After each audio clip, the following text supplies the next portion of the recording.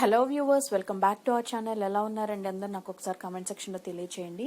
ఇవాళ నేను మీకు చాలా సింపుల్గా సొరకాయ టొమాటో చట్నీ ఎలా ప్రిపేర్ చేసుకోవాలో చూపించబోతున్నానండి. సో ఈ సొరకాయ టొమాటో చట్నీ అనేది మనం రైస్లోకి తీసుకున్న ఆర్ఎస్ బ్రేక్ఫాస్ట్, ఇడ్లీ, దోశ, వడ ఇట్లాంటి వాటిలోకి తీసుకున్న చాలా బాగుంటుంది. సో లేట్ చేయకుండా ఈ సొరకాయ టొమాటో చట్నీ రెసిపీ ప్రిపేర్ చేయడానికి కావాల్సిన ఇంగ్రీడియంట్స్ ఏంటో, తయారీ విధానం ఏంటో ఇప్పుడు చూసేద్దాం. ఇక్కడ నేను సొరకాయని పైన చెక్కు తీసుకుని ఇలా సన్నగా క్యూబ్స్లో కట్ చేసి పెట్టుకున్నానండి. అలాగే ఒక 2 బాగా పండినటువంటి టొమాటోస్ తీసుకుని రఫ్గా నేను అలా చాప్ చేసి పెట్టుకున్నాను. అలాగే కొంచెం చింతపండు తీసుకున్నానండి. మీరు తీసుకునే టొమాటోస్ ఉన్న పులుపుని బట్టి మీరు ఆ చింతపండు కన్సిస్టెన్సీ అనేది తీసుకోండి. అలాగే కొన్ని వెల్లుల్లి రెబ్బలు, గ్రీన్ చిల్లీస్, అలాగే టేస్ట్కి సరిపడా సాల్ట్, కొంచెం కరివేపాకు అనేది తీసుకున్నానండి.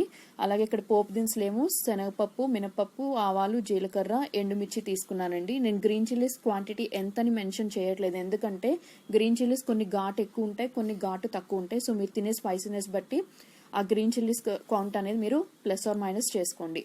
సో ఫస్ట్ ప్రాసెస్లో ఏం చేయాలంటే, ఇక్కడ ఒక కడాయి పెట్టుకుని కడాయిలో కొంచెం ఆయిల్ అనేది పోసుకున్నానండి. ఆయిల్ పోసుకుని ఆయిల్ హీట్ అయిన తర్వాత నేను కట్ చేసి పెట్టుకున్నటువంటి గ్రీన్ చిల్లీస్ అలాగే సొరకాయ ముక్కలు 2 కూడా వేసి ఒకసారి బాగా మిక్స్ చేసుకుని ఒక 2 to 3 minutes పాటు సిమ్లోనే ఉంచుకున్నానండి. లిడ్ పెట్టుకుని కుక్ చేసుకున్నాను.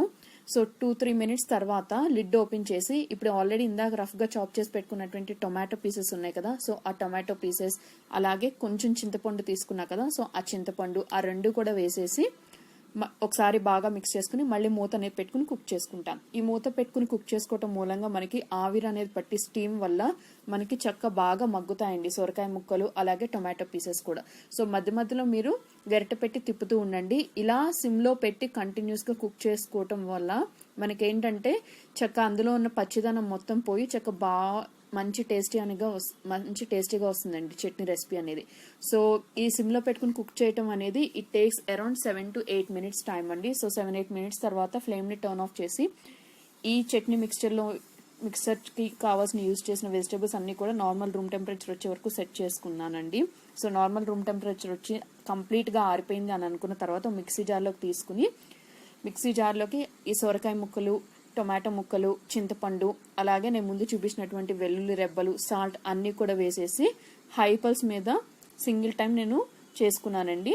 సో తర్వాత చూస్తే ఒక కోర్స్ మిక్చర్లా వచ్చింది కదా. సో తర్వాత తిరిగి అదే కడాయిలో నేను కొంచెం ఆయిల్ అనేది పోసుకుని నేను చూపించినటువంటి పోపు దినుసులు అలాగే కొంచెం పసుపు, కరివేపాకు అనేది వేసేసి పోపు పెట్టుకుని ఈ చట్నీ మిక్చర్ని దానిలోకి యాడ్ చేసి సిమ్ ఫ్లేమ్లోనే ఒక 1 minute పాటు నేను కుక్ చేసి ఒక సర్వింగ్ బౌల్లోకి నేను డిష్ అవుట్ చేసుకున్నాను.